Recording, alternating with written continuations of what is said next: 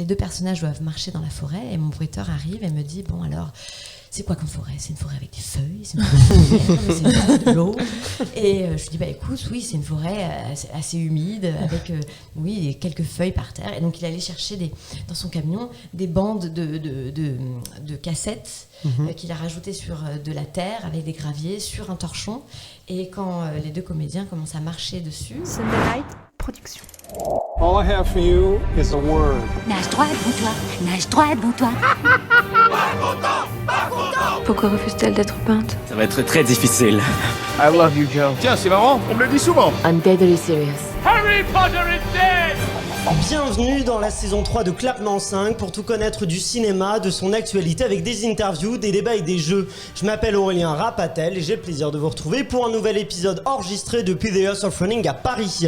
Et nous accueillons aujourd'hui une actrice réalisatrice que vous avez vue au cinéma dans les films de Cédric Lapiche, De Moi ou encore Ceux qui nous lient. Elle était aussi à l'affiche d'Un homme idéal de Yann Gozlan, deux réalisateurs que nous avons reçus dans le podcast. Et récemment, vous l'avez vue dans la série La Flamme de et avec Jonathan Cohen. Elle vient aujourd'hui à l'occasion de la sortie de sa série audio La disparition de Stéphanie Meller, disponible sur Cybelle. Merci Anna Girardot d'avoir accepté notre invitation. mais merci pour l'invitation. C'est avec un très grand plaisir et je vais te présenter les clapeuses qui vont t'interviewer aujourd'hui. Notre première clapeuse est une productrice qui, pour citer le titre d'un de tes prochains films, Anna, désolé, je t'appelle Anne, ça ne va pas du tout, j'ai confondu avec La Flamme, c'est pour ça, avec ton personnage, rien ne va. Mais du coup, avec un personnage d'un de tes prochains films, en tout cas avec le titre d'un de tes prochains films, Ogre, c'est un peu justement l'ogresse de Clapement 5, c'est Elsa Morel. C'est un compliment peut-être, je ne sais pas. Mais t'es imposant, tu fais peur à tes camarades chroniqueurs. Justement, voilà notre seconde clapeuse qui est une journaliste terrifiée en voyant l'ogre qu'est Elsa. Elle aimerait bien être à la place de Stéphanie Meller, c'est-à-dire disparue. C'est Julia Solence. Ça va, vous allez bien aujourd'hui en cette petite journée? Est-ce que tout à fait. Il pleut dehors. Oui, donc on est mieux à l'intérieur à discuter en plus cinéma et série audio. Et je précise d'ailleurs qu'en fin d'épisode, nous ferons remporter à des auditeurs qui ont participé sur les réseaux sociaux le DVD d'un film dans lequel tu jouais avec Alex Lutz, 5e set, qui sortira en DVD Blu-ray le 20 octobre, je crois, en tout cas mi-octobre. Comme ça, ils l'auront en avant-première. Toi-même, tu ne l'as pas apparemment, ce que tu nous as dit. Donc on est sûr que ça va arriver. Anna pourra se représenter elle-même durant le Voilà, c'est ça, pour se faire remporter. Julia, je vais te laisser. Oui, aujourd'hui, tu es là donc pour ton podcast de La disparition de Stéphanie Meller, qui est une adaptation du roman de Joël Dicker. Ça raconte l'histoire donc d'un flic qui va bientôt partir à la retraite et qui est très doué pour mener des enquêtes.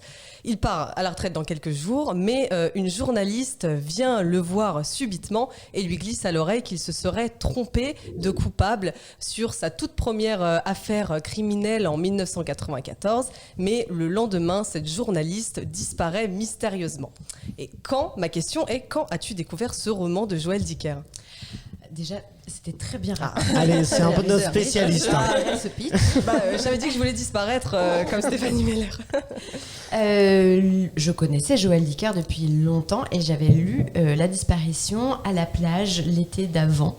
Je l'ai quand même réécouté en livre audio quand on m'a proposé la réalisation, mais je connaissais bien l'univers de Joël. Et comment justement, la différence entre un livre audio et une série audio, c'est qu'en fait il y a plus de l'interprétation, c'est ça, dans la série audio. Un livre audio, c'est juste la lecture des lignes, et une série audio, on interprète ce qui se passe, c'est ça ? Exactement. D'ailleurs, moi on m'a pas proposé le livre de Joël, on m'a proposé une adaptation écrite par Sophie Lemp, qui est scénariste et qui avait adapté son livre en 8 épisodes de 15 minutes. C'est ça. Il y avait déjà un séquencier avec des dialogues, et donc c'était à moi ensuite de mettre en scène ce scénario. Je précise qu'au casting, il y a Alice David qui joue donc justement, qui double plutôt Stéphanie Meller. Il y a Alice Belaïdi aussi qui interprète le personnage principal avec Guillaume Labbé, c'est ça, je ne me trompe pas. Il y a aussi au casting Hippolyte Girardot, Samir Ghesmi, tout à fait, tout un beau monde. Elsa.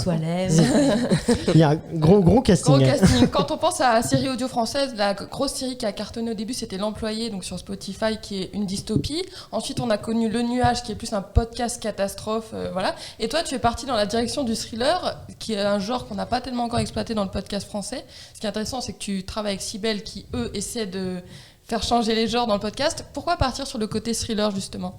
Alors, je ne serais pas forcément partie sur le côté thriller, je voulais partir sur la fiction audio. Et travailler avec Cybèle, pour moi, c'était une occasion que j'avais absolument pas envie de manquer.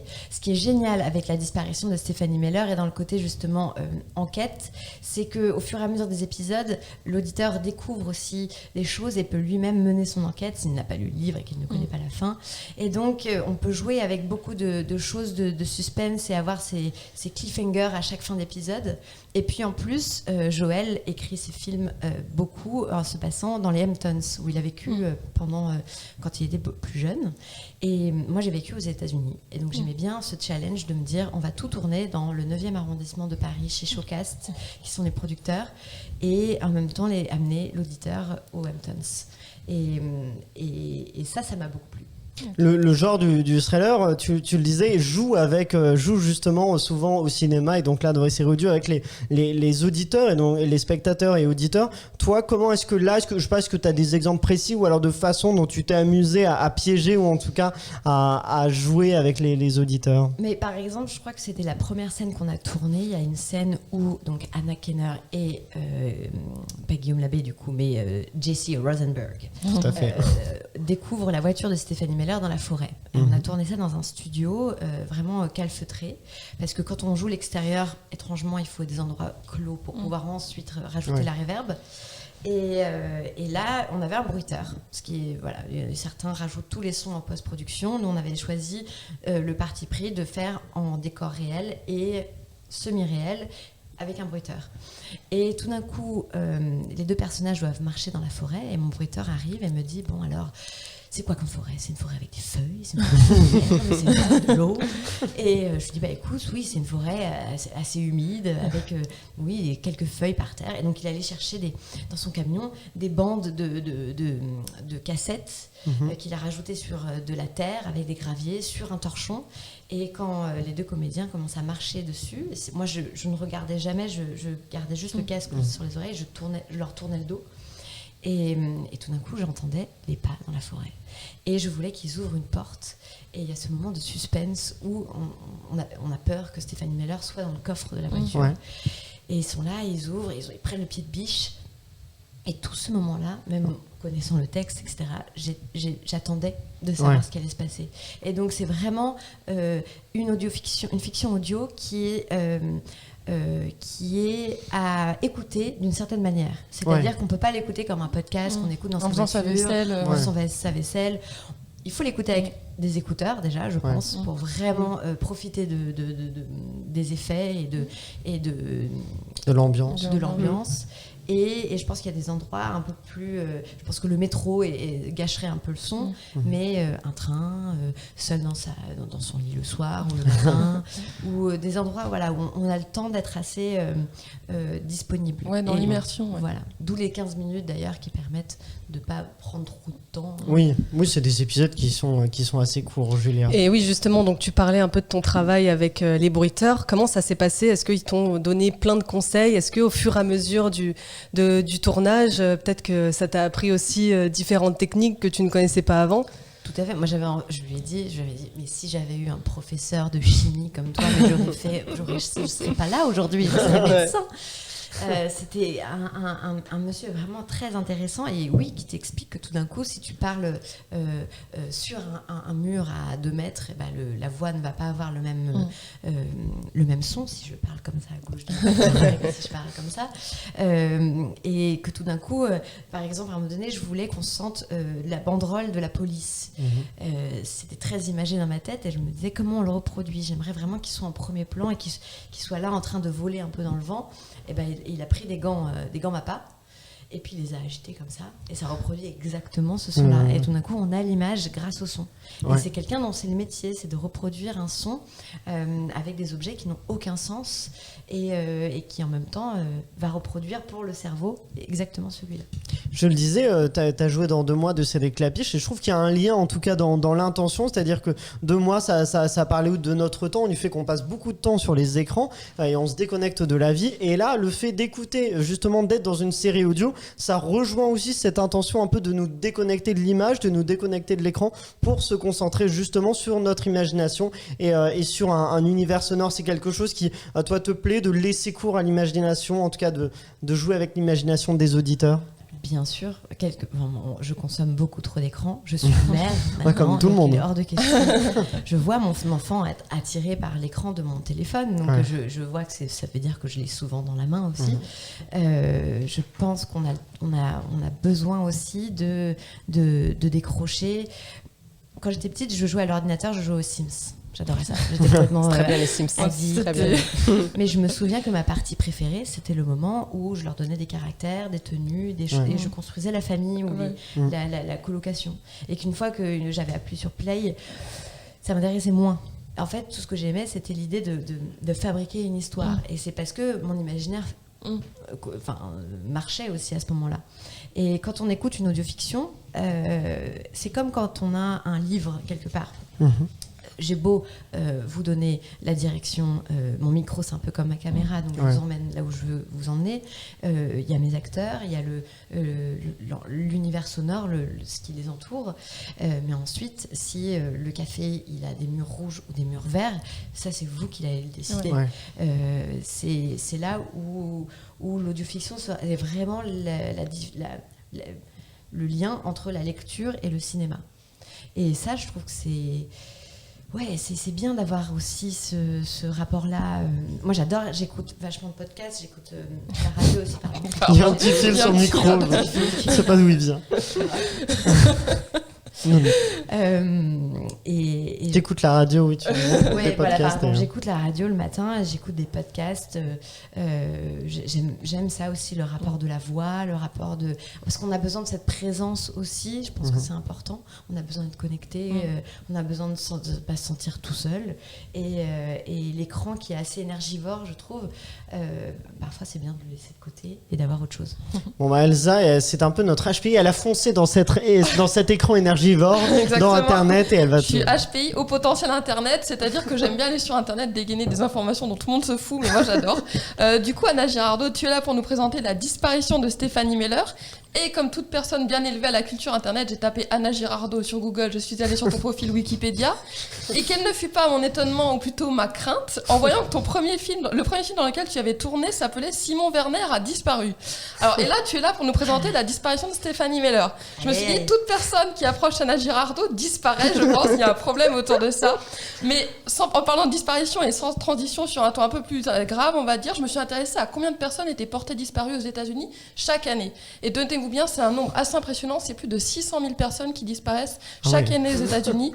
Pour faire une comparaison, 2 mois avaient fait 646 000 entrées, je trouve, c'est comme si toutes ces personnes disparaissaient, ce qui est horrible. J'aurais disparu, moi.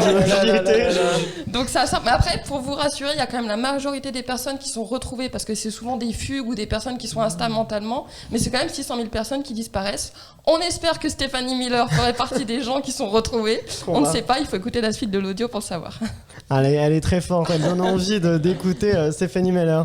Mais justement, on parlait des comédiens aussi. Comment se fait ce travail, toi en plus qui est actrice? Comment as-tu travaillé avec Alice Belaïdi, avec Alice David, Guillaume Labbé, pour les diriger en audio, donc, et pas seulement pour les diriger devant une caméra?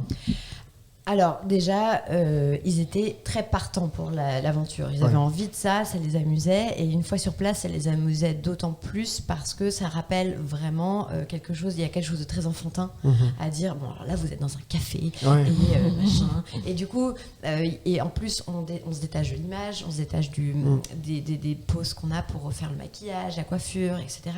Tout ce qui est lié à l'image.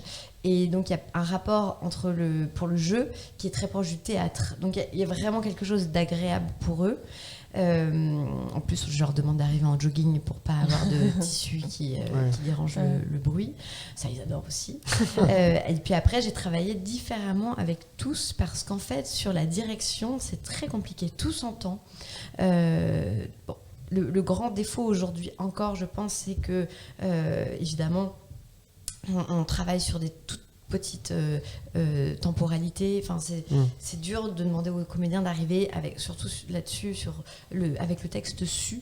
Ouais. Même si ce serait vraiment important, parce que une fois qu'ils l'ont répété 3-4 fois la scène, déjà ils la connaissent un peu plus et le jeu est beaucoup plus fluide. Ouais. Et puis on n'a pas le bruit du papier qui te sort tout de suite en tant qu'auditeur. Et moi je refusais ça. Ouais. Donc j'avais des pads sur lesquels j'avais collé le texte et on retournait les pads pour que jamais ça fasse de bruit. Et on adaptait le texte pour qu'il soit ultra lisible et très codé pour eux. Mais par exemple, Alice, elle a une voix, elle a une magnifique voix déjà, et elle a quelque chose qui est, elle a beaucoup de sensibilité dans sa voix, et parfois c'était parfait, et parfois il fallait juste un peu la remonter pour. En fait, il faut pas que les phrases tombent. Ouais. Guillaume, il arrivait avec des notes. C'est quelqu'un qui est très droit comme ça, il est parfait. Aussi pareil pour Jessie Rosenberg, mais il y avait des moments où je lui disais. Ralentis, tu peux prendre ton temps.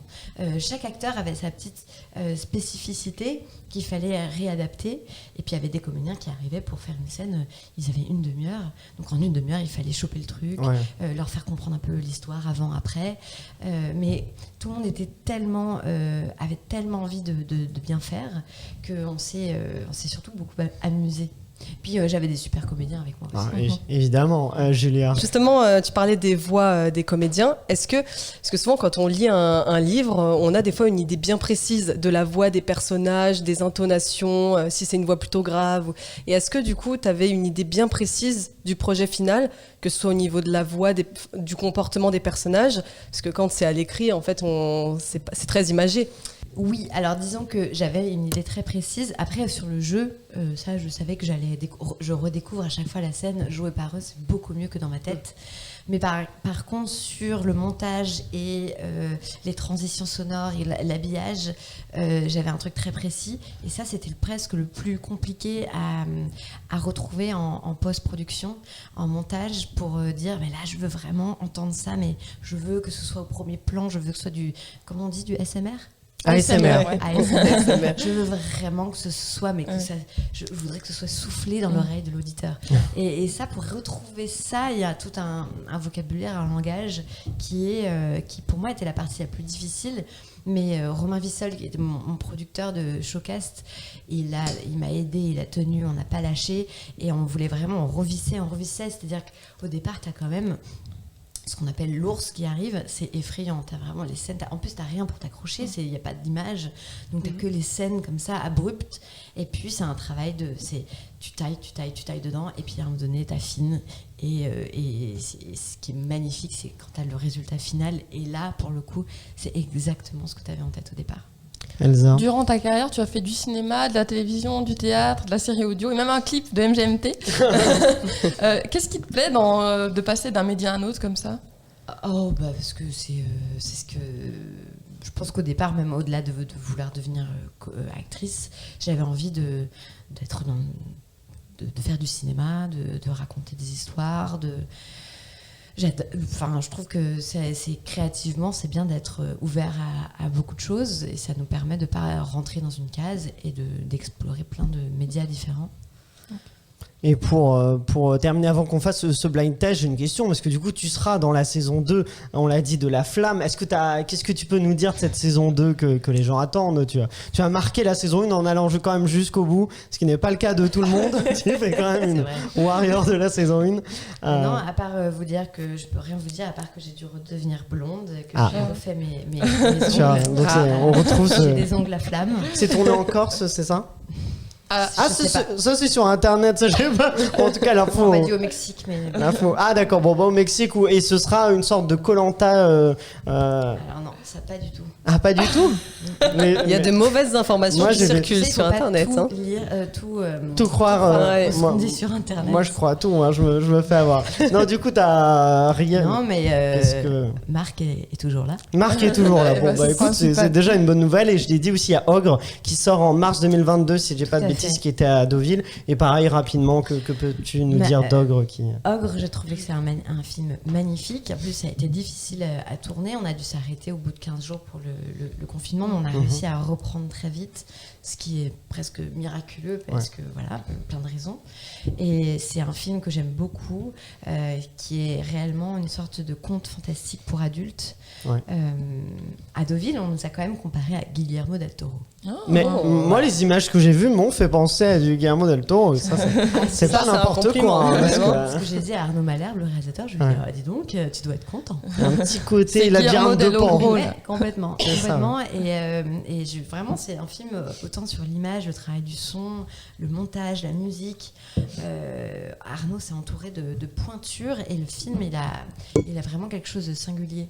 Et justement, après Stéphanie Meller, est-ce que toi, t'aimerais passer à la réalisation Ah oui. voilà, il y a pareil, dans un thriller ou quelque chose d'autre, peut-être un autre genre. Moi, je pense que j'irais plutôt faire peur avec le son. Ah ouais, super. Dans une autre série audio ou tu veux dire un long métrage?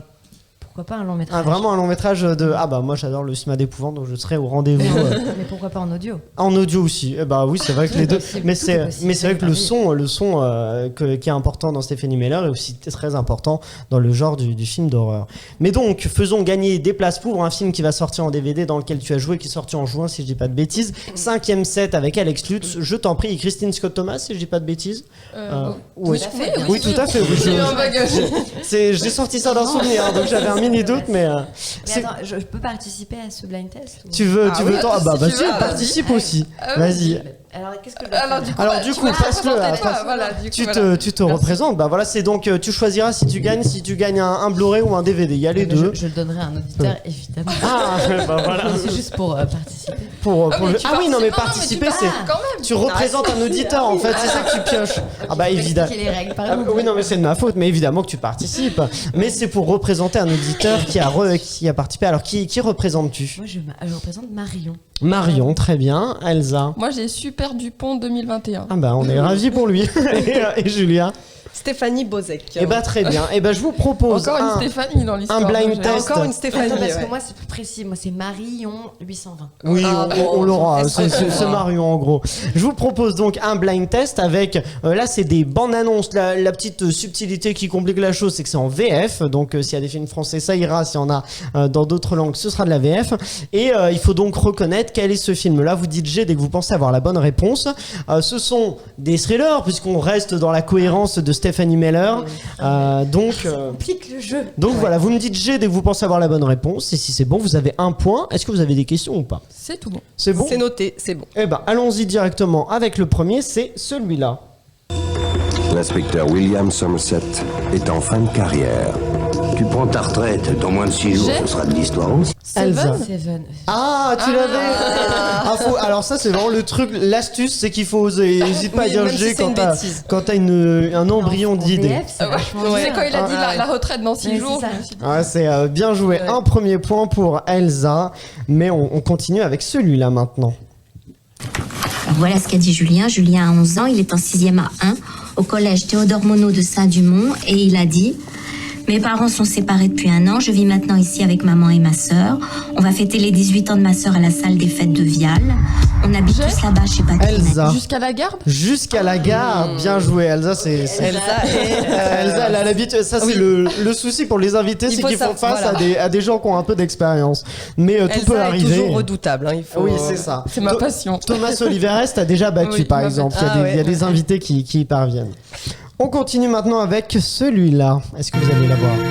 Tu ne te souviens ni d'où tu viens, ni de ce que tu viens de faire. Je suis incapable de mémoriser de nouveaux souvenirs. Vas-y, Anna. Memento. Memento, Oh, exactement, bravo. de Christopher Nolan. Moi, C'est bien. un point. Bah, c'est déjà pas mieux zéro. que Julia, en tout cas. De toute façon, il y a Merci. 2 personnes qui vont gagner parce que nous avons un DVD et un Blu-ray. Donc il y a juste une personne qui ne gagnera pas. Mais ça sera pas Julien non plus. On ne sait pas. J'ai l'habitude de perdre au blind test. C'est dur, les blagues. C'est pas évident. Mais oui, hein, faut- Quelqu'un qui en plus a pas peur, justement. Ouais, c'est Ouais, ça, c'est mais ça, faut là, pas- franchement, ouais. faut pas Faut avoir y peur aller, de faut y dire des aller. bêtises. D'accord. Allez-y, on y va avec celui-là maintenant. Il faut changer toutes les serrures, en haut et en bas. J'ai quelque chose à vous dire. Vas-y, Anna.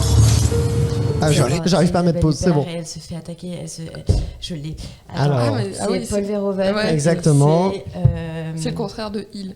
Exactement, il y a de l'aide en plus d'Elsa. Mais tu l'avais exactement. Elle de Paul Verhoeven avec, on a reconnu Isabelle Huppert qui joue dans ce film-là. On est à 2 points pour Anna, 2 points pour Elsa, 1 point, 0 pour Julia. Si, 1 point. J'ai voulu t'aider, mais en fait, même pas, je ne le ferai pas. On y va maintenant avec celui-là. Qui c'est Mike Macara, je devrais le connaître. Ouais, il était une espèce d'aide d'Adam Lang quand il était Premier ministre. C'est le livre qui l'a tué. C'est encourageant.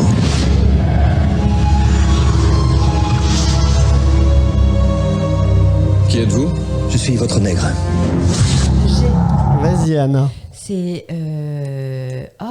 Pardon. Je sens c'est. Oui. Ghostwriter. Exactement, The Ghostwriter, tout à fait. 3e point. Bah alors voilà, je sens que t'es parti pour battre. Le thriller, ça te réussit, hein, mais exactement. Le film de Roman Polanski avec Ewan McGregor et Pierce Brosnan qui est vraiment très très bon, The Ghostwriter. Et on continue directement avec celui-là maintenant. Ils ont fait beaucoup de mal. Certains ont même commis des meurtres. Pratiquement tous, c'est exact. Nous essayons de leur apporter un peu de calme. Personnellement, docteur, je m'en contrefous. Elsa. American X là, machin, non? C'est pas le truc avec American History X. Non, c'est pas ça. C'est pas ça. Julia, tu l'as pas. Anna, j'ai cru connaître une voix en fait, mais j'ai un peu un doute. Bon, bah je remets, si personne ne l'a. Attends, c'est des gens qui ont tué des gens qu'on a enfermés. Donc, cette prisonnière s'est enfuie en séquence ces dernières 24 heures. On ignore comment elle est sortie. Elsa. Shutter Island. Shutter Island, exactement. J'aurais dû le dire, j'ai pas osé. Ah oui. Non, en fait, j'attendais plus de, tu vois. Je voulais la confirmation. Faut y aller, faut le tenter. C'était bien Shutter Island avec DiCaprio de Martin Scorsese. On continue, il en reste quelques-uns, mais on approche de la fin. C'est parti. Donne-moi les clés, espèce d'enculé. Numéro 2, un pas en avant. Donne-moi les putains de clés, putain d'enculé de ta mère, m'enfoiré, hein. Ta gueule. Il dit que sa vie est en danger. Il a vu le diable. Kaiser Sosé. Il a parlé de Kaiser Sosé. De qui? Qui est Kaiser Sosé?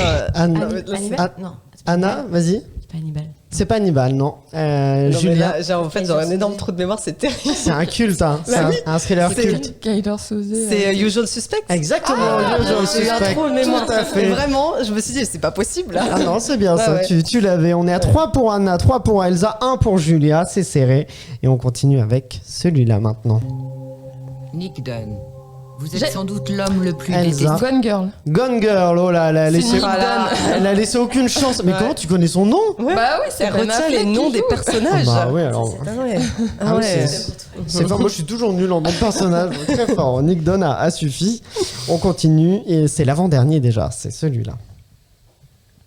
Je vous ai jamais demandé de détails. Tu m'emmerdes avec tes questions. J'étais là en tant que père pour l'identifier, pas en tant que gendarme. Ça fait 8 ans quand même. Mais je comprends pas comment tu continues à fêter cet anniversaire morbide. Anna, oui. Je vois l'actrice. Tu l'as. Déjà, c'est Kristen Scott Thomas. Ah oui, qu'on connaît, qui joue dans 5ème set avec toi, mais. Je gagne le temps. Je peux remettre si vous voulez des indices. Allons-y, on remet. Voilà, c'est de la musique. Ça va nous aider. Avance un peu. Non, c'est bon.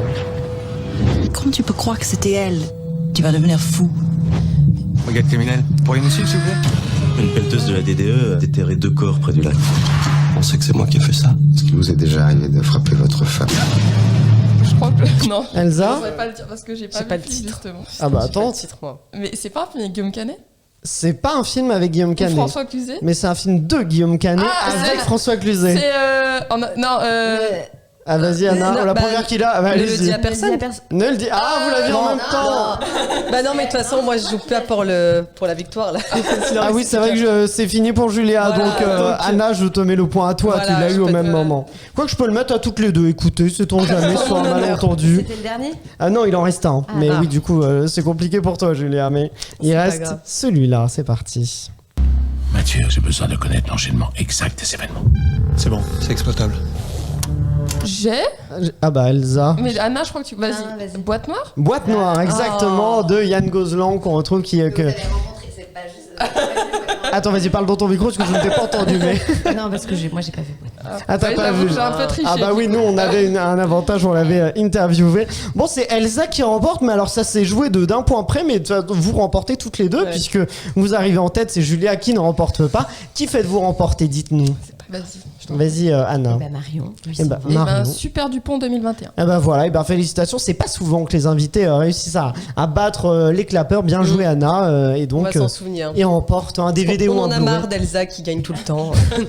C'est ça, c'est bien joué. Bon, je rappelle donc que la disparition de Stéphanie Meller est déjà disponible sur Cybelle pour écouter cette série audio. C'est 8 fois 13 minutes, c'est ça? Exactement. Donc on peut répartir ça dans sa journée, quand on est dans son lit, quand on est dans un train, tout ça. Et c'est vraiment très réussi. Félicitations et merci d'avoir été avec nous. Et voilà, c'était encore merci aussi à Studio Canal qui a fait remporter donc ce DVD et ce Blu-ray pour 5e set qui du coup et on va leur dire de tout si t'as envoyé un DVD parce qu'apparemment tu ne l'as pas encore non plus. Merci donc d'avoir été avec nous. On te retrouvera peut-être pour Ogre une prochaine fois avec grand plaisir si tu veux un blind test un nouveau blind test pour battre Elsa cette fois si tu as battu Julia, mais il manque Elsa.